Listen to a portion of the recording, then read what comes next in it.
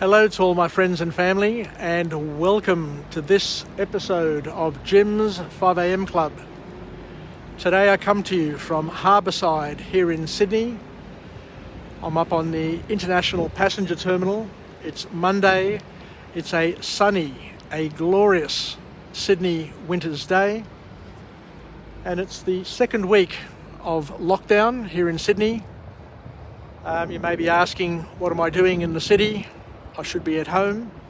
I do have a dental appointment in the next half an hour up at Bridge Street, so I've come down for my dental appointment, and in the meantime I'm just doing my little walk and talk and recreational component, and I thought I'd use this opportunity to do a book summary. And today's book summary is an absolute classic. It's a beauty. It's one that I think all of us want to have read over the years and read again and again. The book is entitled The Art of War by Sun Tzu, and it's a text or material that is quite ancient. We're talking about 500 BC. Around about 500 BC was the dating of Sun Tzu, and the book has many hacks, life hacks, strategic hacks, 13 in total. We'll be covering only 3 today, but 13 in total that can be used in business, in war, and in life in general. So wherever we're competing, in a situation where it's one-on-one, there is some messages, or some beautiful messages here that we can look at and incorporate. So the author here kicks off with a beautiful quote from the book, where he mentions that victorious warriors win first and then go to war, while defeated warriors go to war first and then seek to win.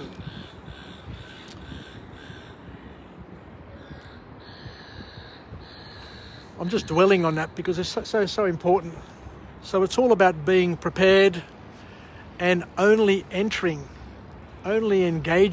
a problem or a battle when you know that you're going to win it, or that you know that you're going to be there and be committed to the cause.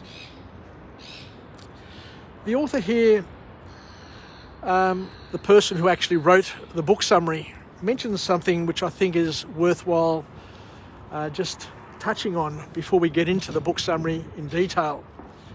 And it's something that I've practiced over the years myself, and I welcome you to consider it and maybe to incorporate it into your management style as well. And he says here that if you happen to draw some inspiration from someone, be it a family member, be it a work peer, be it a community member, be it anybody, the author's call to action here is to let them know. If you're drawing inspiration from somebody, the best thing to do is just to let them know, just a brief note. Just drop them a message and say, what you said, what you did, what you wrote today, I found very inspiring. Because sometimes those little bits of feedback is all that people need to keep on doing what they're doing, and to give them further motivation to keep on inspiring and to do whatever they can to contribute to the world around them. So having said that, let's get back to the book summary now. And the author gives us some background and said that Sun Tzu was a Chinese general. A Chinese general from back in the 500 BC era, and he accumulated over his number of years, the lessons that I guess he learnt, and also lessons. There was a bird that just flew into the perspex glass there. I thought it was injured, but it's all okay. Let's get back to it here. So lessons that he learnt from his own personal experience, and I guess also wisdom, battle wisdom that he would have learnt from other generals and observing others in those periods and reading from other wisdoms that he may have accumulated or come across. So the first key lesson to come from this book is that, as we mentioned before, only enter battles you know you can win. Because winners, the true winners, know when to fight and when not to fight.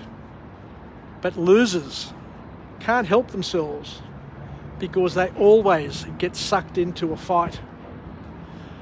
I remember a number of years ago, I was very, very fortunate to be a martial artist, and I achieved a second Dan black belt in Goju-Ryu. I happened to instruct and be a national referee as well in martial arts, and I also got my first Dan black belt in weapons. But as a referee, especially in full contact fighting, which was very, very brutal, what I learnt was you just can't tell which of the two opponents is ever going to win. One thing is to observe them physically and to make an assessment, and the other thing is to wait and see in terms of what their actual spirit is. Because some people you just can't read them. You just can't read their spirit. And fighting is all about tactics, experience, and spirit. So what the author here is saying is that a fool will enter any fight, but a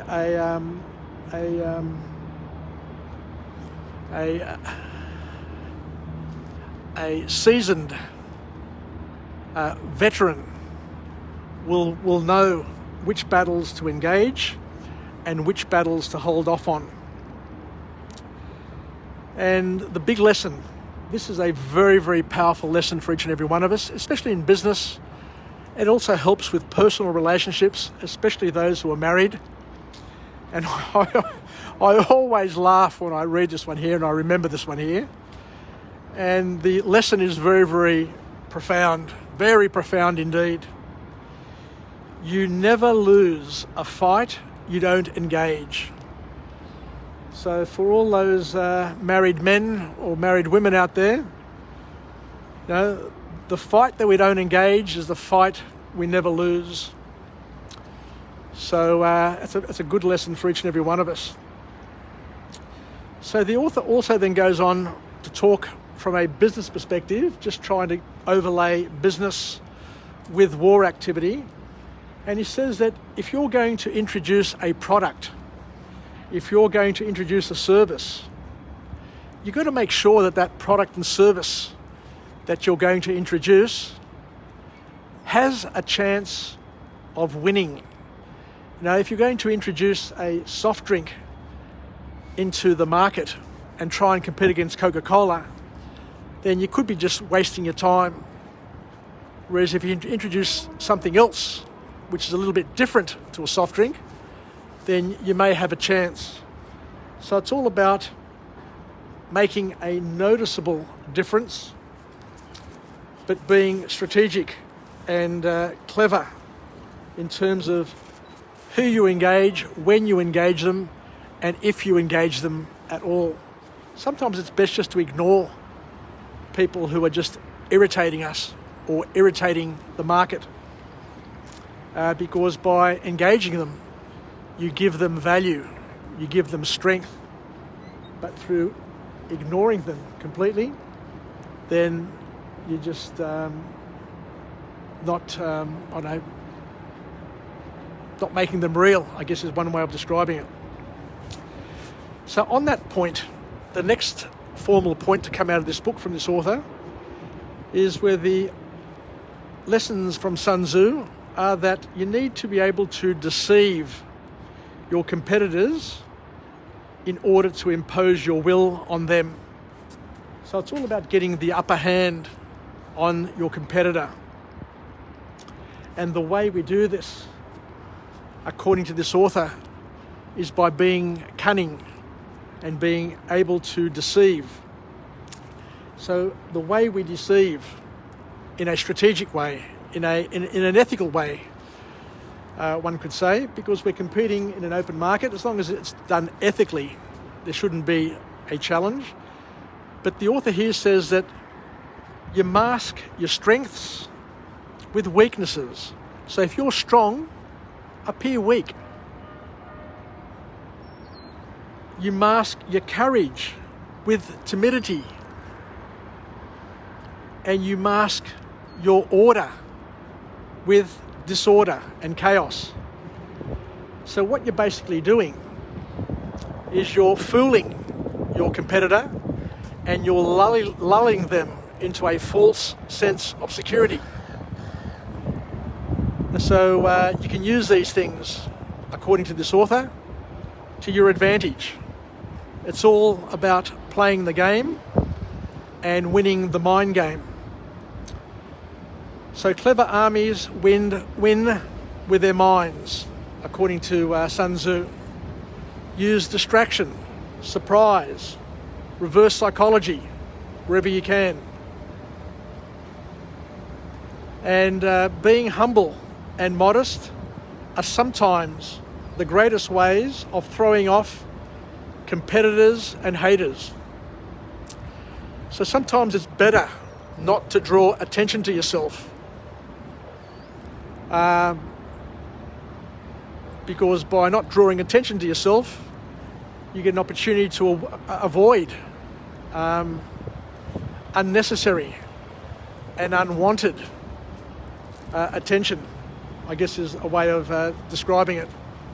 Sometimes being a quiet achiever and operating and coming in under the radar is the way to do it, rather than trumpeting your plans and your strengths. Unless, of course, you're weak. As we said, you mask your strengths with weaknesses, but you can also mask your weaknesses with bluffs. You can bluff a strength. You can bluff courage. You can bluff order. So once again, these are all the games, all the masks that you can have in your inventory, your toolkit, that you can use when you need to use them. And the last point that the author talks about is leadership. And we're in a world, we're in a time where leadership is critical. And thank God here in Australia, we do have some good leadership to lead us through these troubling times.